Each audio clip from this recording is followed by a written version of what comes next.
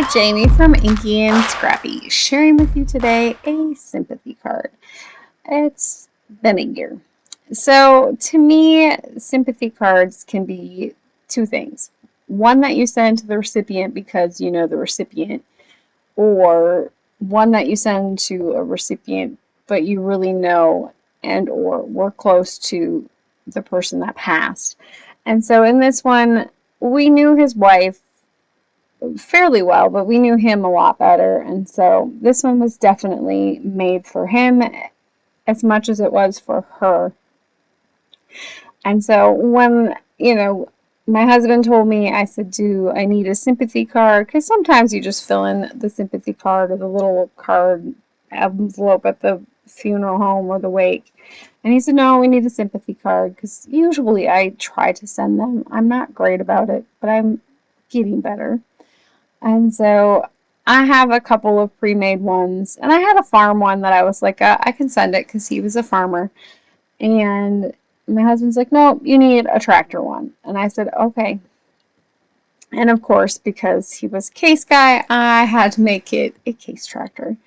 So this stamp set is actually called Life is Simpler. It's from Penny Black. It's not intended as a sympathy image, but it's a fairly straightforward, just farmer on a tractor image. And so I felt it would work well for a sympathy style card. To me, it's, I don't know, therapeutic, I think, to make a sympathy card more for the person that passed than it is for the person that's going to get it. Or at least it reflects the person that passed to me a little bit more. I don't know if that makes sense. It's just how I process.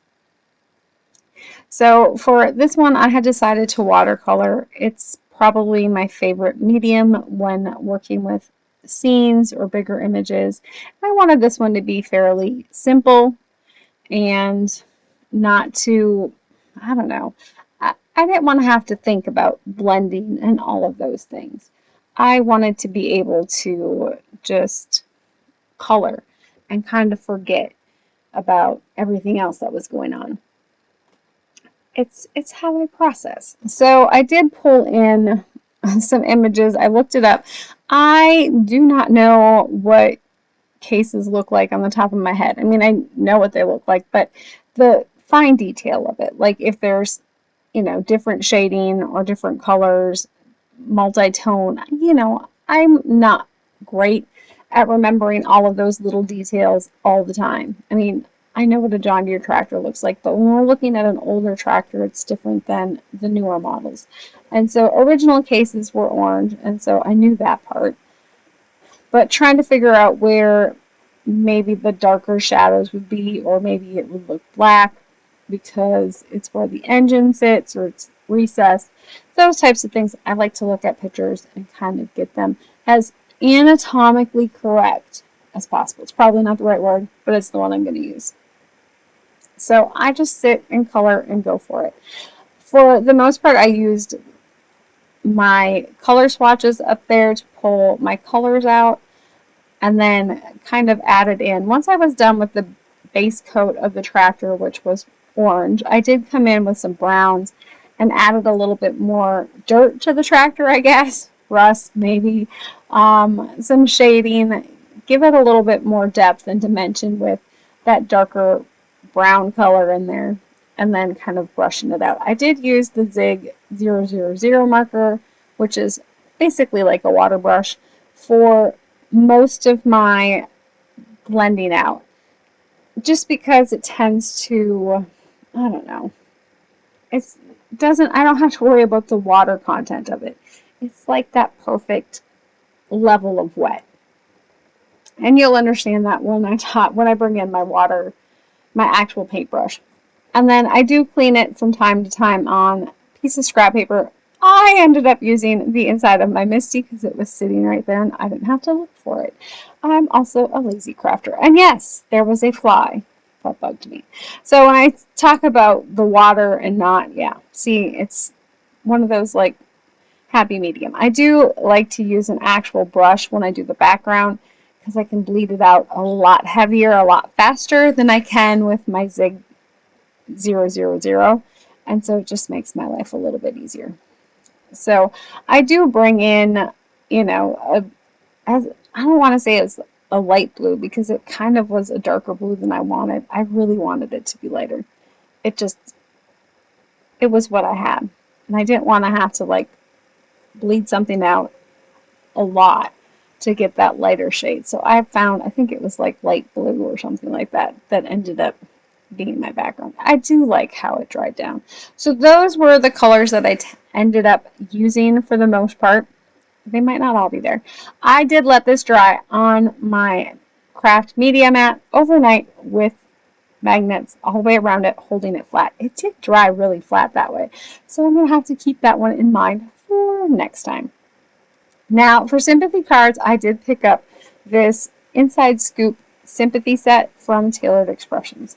Probably going to be my go-to for all type of sympathy cards because the sayings in here are just beautiful. And so if you're looking for a set, I would highly recommend looking up that one. I will try to list it below. I don't usually link things, but if I remember or can find the link, it would be linked maybe on my blog post. But it just has some really sweet sayings, and some of them were the ones that ended up being the reason why I bought it. And so, I don't know. It's just a pretty sympathy set. I hate sympathy sets, but that one just had some really nice sayings on it. So because these are red rubber stamps, lining them up can be difficult.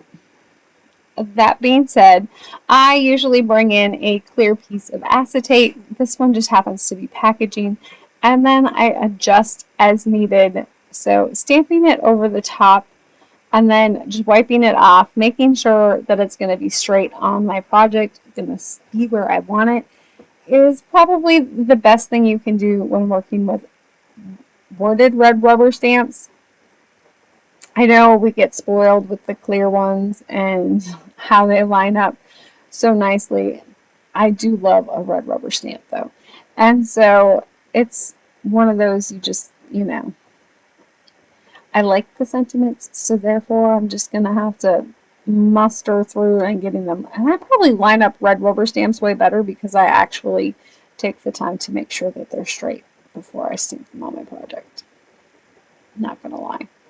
I did decide to end up adding some sentiment words onto the little picture here. And then I did bring in my VersaFine Onyx black ink to do all of the stamping. I brought in my Tayored Expression embossing buddy or embossing tool. I don't know what that one's called, but it worked well. And then, of course, just clear embossing powder. I use Ranger's Ultrafine Clear Embossing Powder for all my clear embossing needs. And yes, I did clear emboss the actual image before I watercolored. It makes life so much easier watercoloring. You don't have to worry about your colors mixing as much. You can go from one color to the next without worrying about bleed over or mixing on your thing. It just works. And then I also am going to do the same thing for my inside sentiment here, making sure that it's straight before I end up stamping. You can, for the most part, put it on your MISTI, kind of line it up with the lines on there. Sometimes it works, sometimes it doesn't. So may you find comfort in loving memories, strength in the support of those who care, and hope in tomorrow, I think is what that one says on the inside.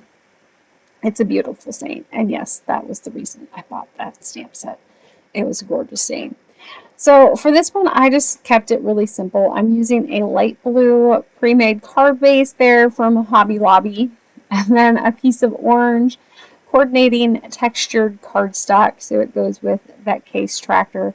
Keeping this one fairly old school, simple, just matting and, the emboss. And that was it. I didn't add any other embellishment. I think sympathy cards are meant to just be simple, and I like how this one turned out. So anyways, I hope you have an amazing day. Keep getting inky. Bye!